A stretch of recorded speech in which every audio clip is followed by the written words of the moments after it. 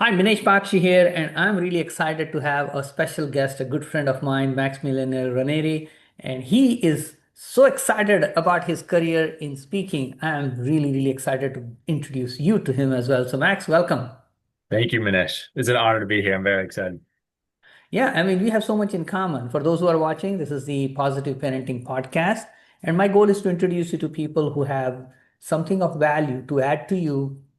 And as a parent, I have two children, 22 and 18. And Max obviously is a parent as well, which is why he is here. So we are going to talk about parenting in general.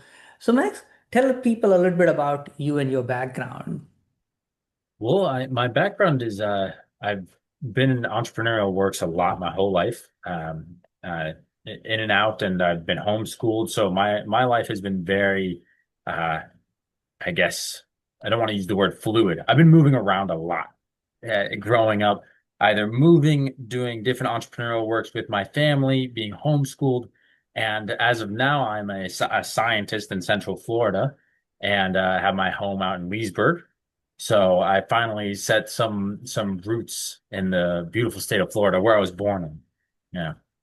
Well, that's awesome. Being a native Floridian is not very normal to meet a lot of people like that. I was born in India, lived a lot of my life in Michigan, and for the last 4 years, I've been in Florida, and I love that. So, Oh. let's talk a little bit about homeschooling. How was homeschooling for you? Like, how did your family actually know about homeschooling, and what was that experience like? Well, homeschooling was incredible. Now it's interesting because for us it was very much a at the beginning of the year we had the choice of sitting down with our mother and going through these different books that we had the options for, and that was so exciting because we get to choose our own kind of work to do. It was very much guided, but we get to do that, and we didn't have any limits to the timing of how much we had to work. It wasn't like, okay, you have to work from here to there. The emphasis was you have to learn these things, not you have to work these things within this timeline. So we would finish our school very early, I could say, because you get started on your schoolwork at 7 a.m. if you're feeling up to it, and you're done by noon because you're cranking. And that allowed us to have a childhood that was extremely free. We were able to finish our school and then either go outside and play, or if we were ambitious, go work on our side business, so on and so forth. So it was a great experience. Well, most people have not heard of homeschooling, and if they have heard, it usually sounds pretty weird to them. And it's like, this is not normal. Going to school, getting up in the morning, going to a certain place, staying there with some people, socializing and playing around or whatever else you do, and then come back and then do a lot of homework, maybe run around from some hockey, some whatever games they have to play, right? And then Yeah. karate or whatever classes there are, and then that's the whole routine that they have, and then that's what till 12, and then college and all that kind of stuff. So luckily enough, I got introduced to homeschooling before I had kids, and I was like, you know what, that sounds perfect. I'm going to homeschool. And that has been an excellent experience for me and my family. You know my family really well, and you personally are homeschooled, so you know how much the connection we have as family, like really deep Yeah. connection It's wise. it's very it's unusual to meet somebody who has gone through schooling or taught their children almost all, if not all, of their schooling through homeschooling because we had. So I'll tell you one thing is that I was homeschooled almost entirely my entire grammar school, high school, and I wanted to enter Catholic seminary, and they said your high school is all over the place because it was. We moved around a lot, we did our things, and they said in order to prove that you're able to stay locked down someplace, go for a year out in St. Mary. So I ended up for a year in a dorm in a proper school. So I have two high school diplomas, a GED and a high school diploma. And funny enough, it wasn't for necessarily the education. It was more just to demonstrate, oh, you can stay locked into something. And that's something that's very unusual unless you're talking to other homeschoolers. Because, like, yeah, of course. That's normal. Yeah. And I think I'm obviously very biased towards homeschooling. So those who are watching it and you don't have a feel for homeschooling, you may find that to be very different. But here is the key. I was able to leave Michigan in cold weather in winter, come to Florida 3 to 6 months, get an annual pass to Disney and Universal Studios, take my children like 3 o'clock. It's like, hey, we are done for the day. Let's go play. And we were able to do that for a long time. And that's why I have a great relationship with my children because I was able to spend that much quality time with them doing things they love to do. Because which teenager would not like to be at a Disney Universal Park for quite a few hours practically every day, and we Yeah. did that for so they have been able to achieve that and that kind of stuff. So I think most of the parents watching should be thinking was like, hey, am I giving my children the flexibility of different education systems? So if you're not experimented with homeschooling, that's another option for you. And whatever it is, it's just to see what can be the best for children as well. So you and I have some other common ground as well. So tell me a little bit about big component of your growing up as well. Oh yeah.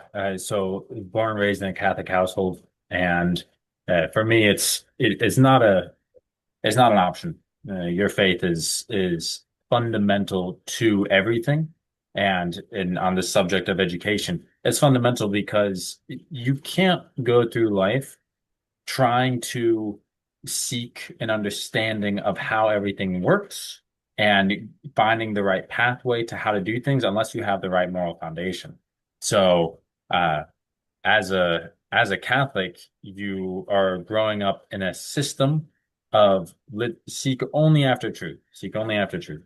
And that is something that has influenced every decision I've ever made. I mean, like I said, I was going after Catholic seminary to become a priest. And once I found out, okay, no, it's not meant for me after a couple of years, I came back, met my wife almost instantly. She landed in Florida about the same time I landed.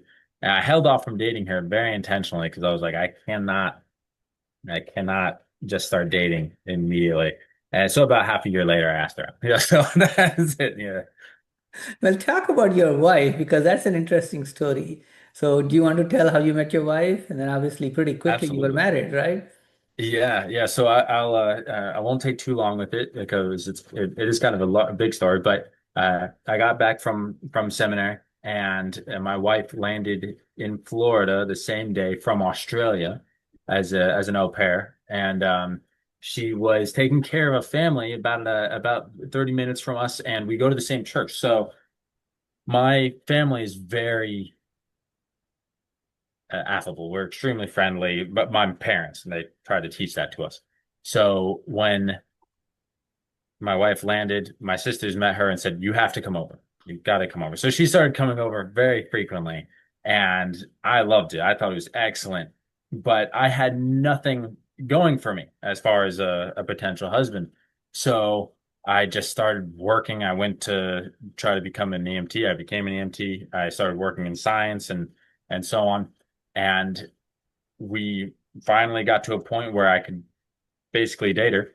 I asked her out and we sat down and said, "Hey, if uh if this is going to be something, let's just get it out, make it clear that it can or can't be something because my wife said I have to go back to Australia." So we sat down for 3 hours. We asked the most difficult questions we possibly could about everything with morals, raising children, the way of life we wanted to live, the kind of sacrifices we'd be able to endure, especially with stuff like an entrepreneurial career. Now, in this case, particularly speaking, requires a lot of travel. And and after those 3 hours, we said, let's do it. This is worth it. So she went back. We dated long distance for about a year and a half, and then I proposed over the phone to her, and yeah, that's it. Here we are. Now, how old are your children now? One is 2 years old, and the other one is just 10 months. Uh, Fantastic. And Thanks. she's from Australia. Now, in her case, she actually had been to your family enough. So she had some trust factor working towards Oh your yeah. favor there. You know what I'm saying? Right? Oh And yeah. I think that was definitely a positive from that perspective. I mean, I Yeah. came from India. I married my wife who was born and brought up in US. Her family came from China. And they were obviously concerned. Who is this guy she's getting married to? It's like this is this guy getting married to her for green card and citizenship?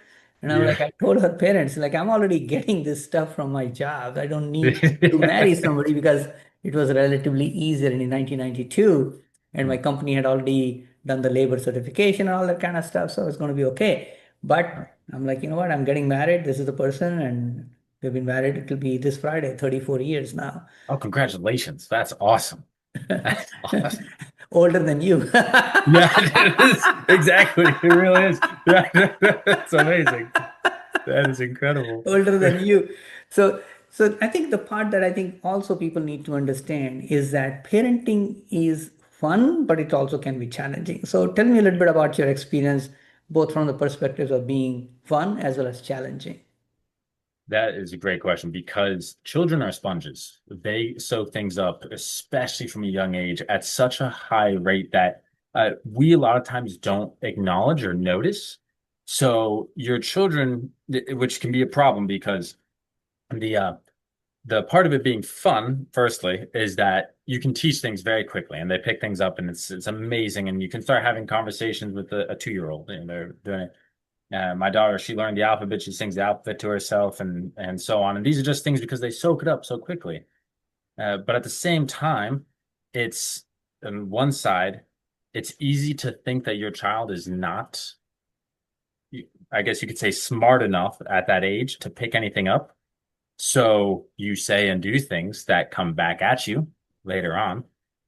Or the other thing is that you deal with a person that has sometimes in a seemingly adult attitude because they're absorbing everything from you.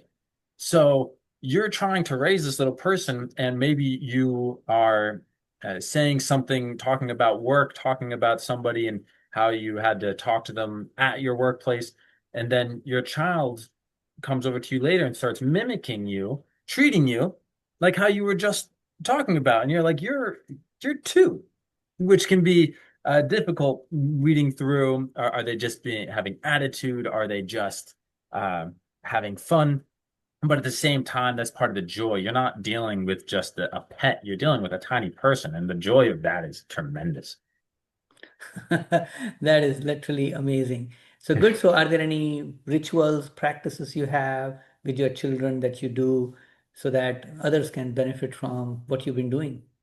Oh, absolutely. I hope so. I avoid uh, any digital time, screen time, when I'm around my children. Now, I'm not perfect at this, of course, but we don't have a TV in the main part of our house to keep it, the sacred area of the house and or area that there's not kind of a spot that the children always look at and say, that's where the entertainment's at. We keep it so that when we're with them as much as possible, we're there and we're just giving our presence to them. At the very least, even if my wife and I are just talking or we have friends over, we're talking, we're there so that while they're playing, if they come up and they ask something, they don't have to try to fight us getting off of our phone. That's a that's a big deal. So again, I'm not perfect at it. I do go on my phone plenty of times that I have to catch myself, but I've noticed that the children respond much better to me when I'm at least just sitting there with them, spending time. And I think that is very relevant. And I remember I did not let my children watch for most of the part of the young life live TV unless it was approved by me. And Yeah. the one channel that they could watch was Food Channel. Like you can watch baking all day long. You can watch all these Yeah. worst chefs of America contests as much as you Yeah. can watch. No problems with that with me. Great. And my daughter is unbelievable baker, like unbelievable baker. Oh, okay, What yeah. she makes when she makes macarons and stuff, like she's in demand. She doesn't at her church, her supervisor, so to speak, at the daycare, because she helps out at the children Yeah. ministry. So the person who is supervising her, or at least the person who's in charge, she's like, "Hey, I need 2 dozen macarons in February," because she loved the macarons my daughter made. And one time Wow, she that's awesome. made and brought them to the church on a Saturday or Sunday, what it was. And this lady put in the fridge and they were gone. And they're like, hey, somebody stole. They're like, in church, somebody's stealing macarons here. That's incredible. Man, I haven't had anything, but I've seen what your daughter makes and they look unbelievable. They look good. They do taste too. I can tell you Yeah. that's one of the reasons like I have a beer belly without the beer, but it is my sweet belly. Oh, I love it. That's great. I'll wait for that. I don't drink alcohol, but that's what happens when you eat a lot of sweets, especially when the daughter makes such tasty stuff. She's doing all the time, just unbelievable. She listens, watches something, and I'm like, oh, let's make that one. And she just takes hours, dedicated, and does it. Which is what, as a parent, it's so much fun. Yeah. It's so And she much got that. fun. You gave the food channel a lot to them growing up for that. That's excellent. I love that. That's a I great think idea. that has helped, it helped her and helped us because I didn't have to worry about the different problems that other channels that they say, like whether it is Yeah. Disney or Nickelodeon or whatever kid channels, cartoon TV, they're not as clean as I would like it to be. So I No, just not at all. just don't pay attention to that. Yeah. Great. So tell us a little bit before we wrap up about the speaking career that you're working on. Yeah. So right now I am in the beginnings of changing my entire life by now giving everything that I've learned in terms of uh, the three pillars, at least that's the solution I'm offering. The problem being something that I think I'll need to really nail down, be it productivity, applying oneself, leadership. So the one of the things that I can point out in my own life is that I'm now 20, what am I now? 28. And yeah, I own a house, I have two cars, I'm married, I have two children. I've gotten into an industry um outside of my own speaking career that I'm not educated for because to anybody who doesn't know, even though I'm a scientist, I'm a chemist, I don't have any degree, a proper degree. So I'm teaching the three pillars of what makes you successful, or essentially makes success follow you. That being a positive mindset, high agency, and active listening. So my speaking career is going to be very much teaching people these three pillars of making yourself the kind of person that success is attracted to. So I'm working with a coach, and 2026 will be a very, very big year for me. Well, I'm so glad to hear that. I am so Thank excited for your progress. I know we'll look back a year from now and we'll be like, wow, so many changes, so many you. quick things happened. And I know it was a tough decision for you to come to the 2-day event, but you Oh my did. goodness. And here it Yeah. is, right? Yeah. That you made that investment. And, I'm so happy to see your progress.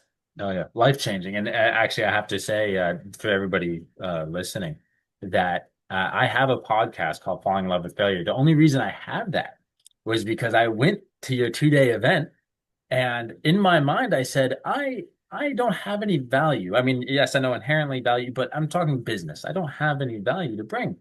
And as if you were reading my mind, you said from on stage, you said, if you don't have any value, start a podcast. It's the easiest thing you could possibly do. It takes no time. It's free. A YouTube channel, Zoom, get yourself a recording and start interviewing people. Do that. People don't say no to podcasts. And since I've done that, I have just been reaching out to members of the 2-day event that you brought on and that I've been able to interview. And now I'm starting to interview other business owners that are friends of mine. And I have to say, that was just one small little nugget from a whole lot of gold of that 2-day event. So thank you, Minesh. Well, you're absolutely welcome. Well, if people want to get hold of you, Max, how can they get hold of you? Right now, going through my LinkedIn, Maximilian Ranieri. That's probably the fastest way. Otherwise, my email, max@maxranieri.com. That's another great way. Well, thank you so much for taking the time today. I look forward to continuing our friendship, and I know we'll be friends for a long time. Yes, thank you so much, Minesh.